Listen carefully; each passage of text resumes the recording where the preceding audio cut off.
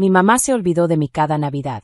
Mientras mis hermanos abrían ropa de diseñador y recibían las llaves de autos completamente nuevos, mi lugar en la mesa siempre estaba vacío y mis regalos simplemente no existían. Durante una década fui la hija invisible, la que desecharon en el momento en que murió mi padre. Pero todo cambió el año en que compré la hacienda Monteverde. De repente, ya no era tan invisible. Ahora mismo estoy de pie en el enorme vestíbulo de la propiedad. Desde afuera, alguien está forzando las pesadas puertas de madera. Los golpes resuenan por toda la casa. Trajeron a un cerrajero y un contrato de arrendamiento falso, completamente convencidos de que esta propiedad les pertenece. Lo que no saben es que yo estoy observando desde las sombras, esperándolos. Pero antes de contarles cómo convertí su codicia más grande en la peor caída de sus vidas, acompáñenme hasta el final de esta historia y díganme en los comentarios desde qué ciudad me están viendo. Quiero saber hasta dónde ha llegado todo esto. Créanme, no se imaginan lo que pasó cuando la luz de las linternas iluminó sus rostros. Mi nombre es Sofía Mendoza y tengo 27 años. Si me vieran hoy, encontrarían a una desarrolladora de software exitosa e independiente, una mujer que controla su tiempo, sus decisiones y su propio destino. Pero si retrocedieran algunos años, encontrarían a una joven completamente invisible. El punto de quiebre de mi vida llegó cuando murió mi papá. Él era el pilar de nuestra familia, la única persona que realmente me veía y me escuchaba. En cuanto falleció, mi mamá, Valeria Mendoza, y mis dos hermanos mayores dejaron muy claro cuál era mi lugar dentro de la familia. Ninguno. Se apropiaron rápidamente de la herencia que mi padre había construido con años de esfuerzo y repartieron todos sus bienes entre ellos, excluyéndome por completo. Mis hermanos, que jamás habían querido trabajar y preferían vivir rodeados de lujos pagados con dinero ajeno, se convirtieron en los favoritos absolutos de mi mamá. Yo me quedé sola. Tuve que trabajar en empleos mal pagados para poder cubrir la universidad, la renta y los gastos básicos de cada mes. Pero lo más cruel no fue el dinero. Fue la manera en que me borraron de sus vidas. Cada Navidad, sin excepción, mi mamá se olvidaba de mí. Mi lugar en la cena familiar permanecía vacío. Mientras ellos celebraban, yo me quedaba sola en un pequeño departamento helado donde apenas podía pagar la electricidad. Desde ahí veía las publicaciones que subían a redes sociales. Mis hermanos aparecían sonriendo mientras abrían ropa de marca, relojes costosos, joyería exclusiva y hasta autos nuevos que mi madre les regalaba. Yo ni siquiera existía para ellos. Sin embargo, en lugar de dejar que el resentimiento me destruyera, decidí convertir ese dolor en combustible. Pasé toda mi década de los 20 trabajando en silencio. Dormía poco. Programaba hasta la madrugada. Pasaba noches enteras frente a la computadora desarrollando proyectos, corrigiendo errores y construyendo una plataforma tecnológica desde cero. Ellos pensaban que me estaba hundiendo. Lo que no sabían era que estaba construyendo un imperio. Mi familia no tenía la menor idea del éxito financiero que estaba alcanzando. No lo descubrieron hasta el día en que decidí comprar mi propia casa. Y no compré cualquier casa. Compré la hacienda Monteverde. Era una propiedad histórica impresionante, escondida detrás de enormes portones de hierro forjado y rodeada por antiguos encinos y extensos jardines. Su majestuosa fachada de piedra, las múltiples chimeneas y los techos altísimos la convertían en una verdadera obra maestra de la arquitectura clásica. Todavía recuerdo la sensación de cruzar aquellas enormes puertas por primera vez como única propietaria. Es difícil describir lo que sentí. Había pasado de vivir en un departamento pequeño y congelado, donde muchas veces no podía ni encender la calefacción, a convertirme en dueña de una enorme propiedad que parecía una fortaleza. Durante años me negaron un simple lugar en la mesa familiar. Ahora tenía una hacienda completa para mí sola. Pero no la compré para presumir. La compré porque necesitaba un refugio. Un lugar donde finalmente pudiera dejar atrás los fantasmas del rechazo de mi familia. Mantuve mi vida privada durante mucho tiempo.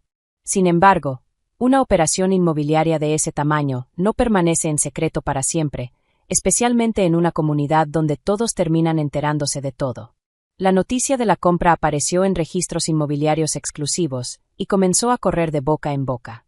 No pasó mucho tiempo antes de que llegara a oídos de mi familia. Para entonces, ellos ya habían desperdiciado prácticamente toda la herencia de mi padre en malas inversiones, deudas y un estilo de vida que nunca pudieron sostener. Cuando descubrieron que la hija a la que habían tratado como basura era en realidad la millonaria anónima del sector tecnológico que acababa de adquirir la propiedad más prestigiosa de la zona, algo cambió dentro de ellos. La desesperación económica se transformó en ambición. Y la ambición se convirtió en codicia. Después de casi 10 años de silencio absoluto, recibí una llamada. Era mi mamá. En cuanto contesté, escuché una voz empalagosa, llena de cariño falso y una calidez completamente artificial. Como si no hubiera pasado los últimos años fingiendo que yo no existía. Se rió con dulzura. Me llamó su niña más querida. Me dijo cuánto me extrañaba toda la familia y cuánto habían pensado en mí. Y entonces llegó la trampa. Me invitó a una gran reunión navideña familiar. La manipulación era tan evidente que casi me hizo reír. Yo ya sabía la verdad. Gracias a una investigación discreta, había descubierto que mis hermanos estaban hundidos en deudas enormes provocadas por años de irresponsabilidad y excesos.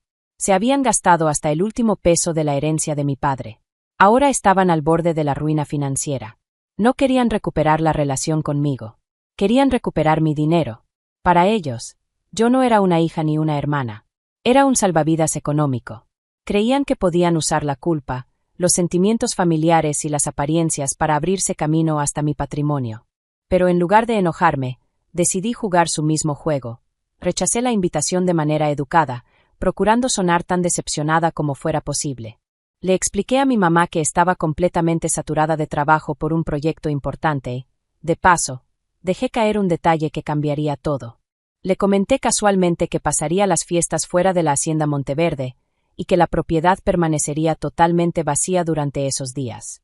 Casi podía escuchar cómo la codicia comenzaba a apoderarse de ellos al otro lado de la llamada. Creyeron que habían encontrado la oportunidad perfecta. Lo que no imaginaban era que estaban caminando directamente hacia una trampa cuidadosamente preparada. En lugar de disfrutar la Navidad como cualquier familia normal, Valeria, mis hermanos y un cerrajero corrupto que habían contratado aparecieron en los portones de la hacienda Monteverde en plena madrugada. Era Nochebuena. Mientras otras familias compartían abrazos, comida y regalos, la mía estaba impulsada únicamente por la desesperación y la ambición.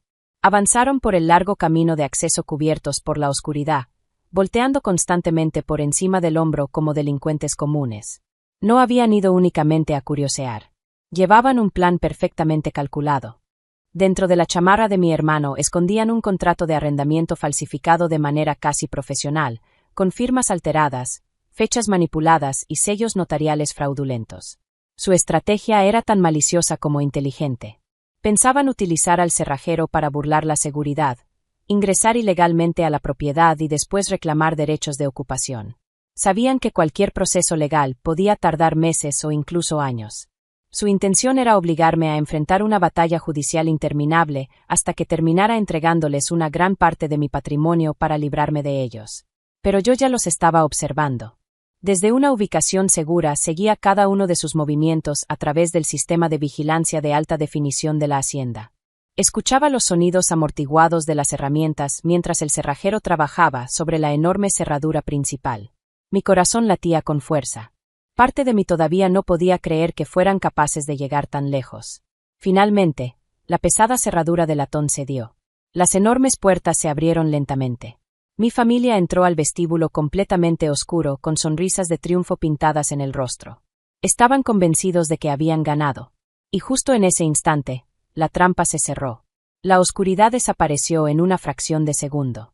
Potentes reflectores de seguridad inundaron todo el vestíbulo con una luz cegadora. Mis hermanos y mi madre quedaron completamente expuestos. Se congelaron donde estaban, incapaces de reaccionar. Antes de que pudieran comprender lo que ocurría, las sombras alrededor de la gran escalera cobraron vida.